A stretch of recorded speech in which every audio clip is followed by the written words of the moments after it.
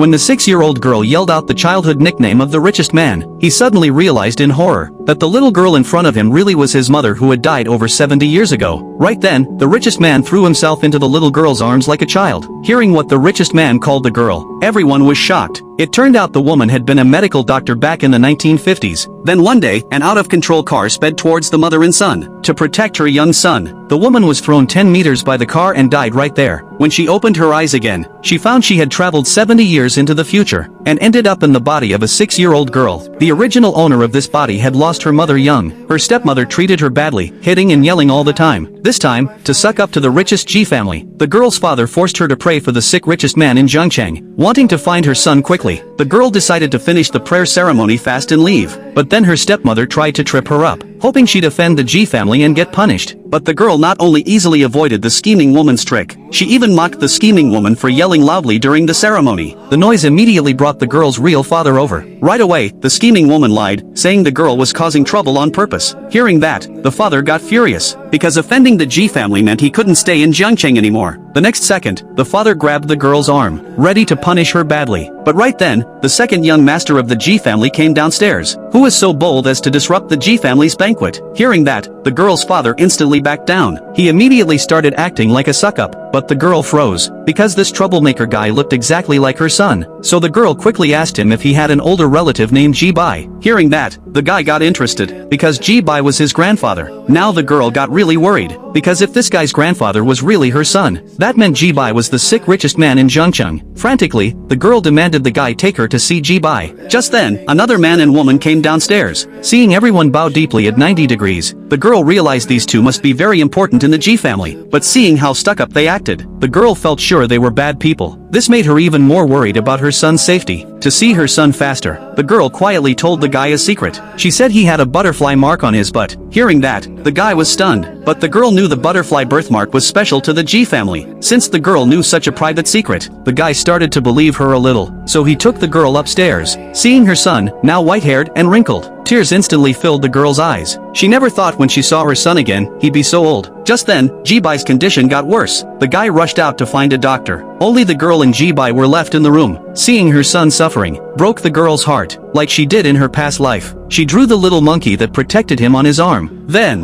the girl spotted a set of acupuncture needles on the table. Seeing them, she immediately picked up the needles to treat Ji Bai. Using her knowledge from her past life, she quickly stabilized Ji Bai's condition. She also realized her son wasn't sick. He'd been poisoned. Right after the girl finished treating her son, the stuck-up fat man burst into the room. He accused the girl of trying to hurt old Master Ji. The girl desperately explained she was helping him, but even the guy beside her didn't believe her. How could a 6-year-old know anything about medicine? Very soon, the girl was dragged out, but right after the three left, Ji Bai slowly woke up. In his dream, he thought he saw his mother. Finding the room empty, he sadly thought it was just a dream. After all, his mother had been dead for 70 years. But right then, Ji Bai suddenly saw the drawing on his hand. Only then did he realize in shock it wasn't a dream. Hearing from the butler what happened, old Master Ji immediately wanted to go downstairs to find the girl. Meanwhile, the girl was being bullied by her father and the fat man. Hearing she'd tried to harm the richest man, her father instantly announced he was disowning her. The eldest young master wanted to pin the poisoning charge on the girl. He ordered people to lock her up immediately. But right then, Ji Bai walked out, leaning on his cane, very emotional. Their eyes met. Memories from 70 years ago flashed before them. Just as everyone thought the girl was done for, they heard the girl call old Master Ji Shilin. Instantly, old Master Ji fell to his knees in front of her, calling her mom. This scene stunned everyone. They all thought old Master Ji had lost his mind, hugging a 6-year-old and calling her mom. The guy beside them thought he must be dreaming. The fat man rushed forward, begging old Master Ji not to be tricked by the girl, but the girl slapped the fat man right across the face. Though small, she had a powerful presence. She immediately told old Master Ji to bring a whip. She, representing the Ji family ancestors, wanted to punish this disgrace. Hearing he'd be whipped, the fat man panicked and begged his brother to help him, but nothing could change the girl's decision. She then gave the fat man a hard lash with the whip, and said that from today on, the fat man should call her great-grandmother.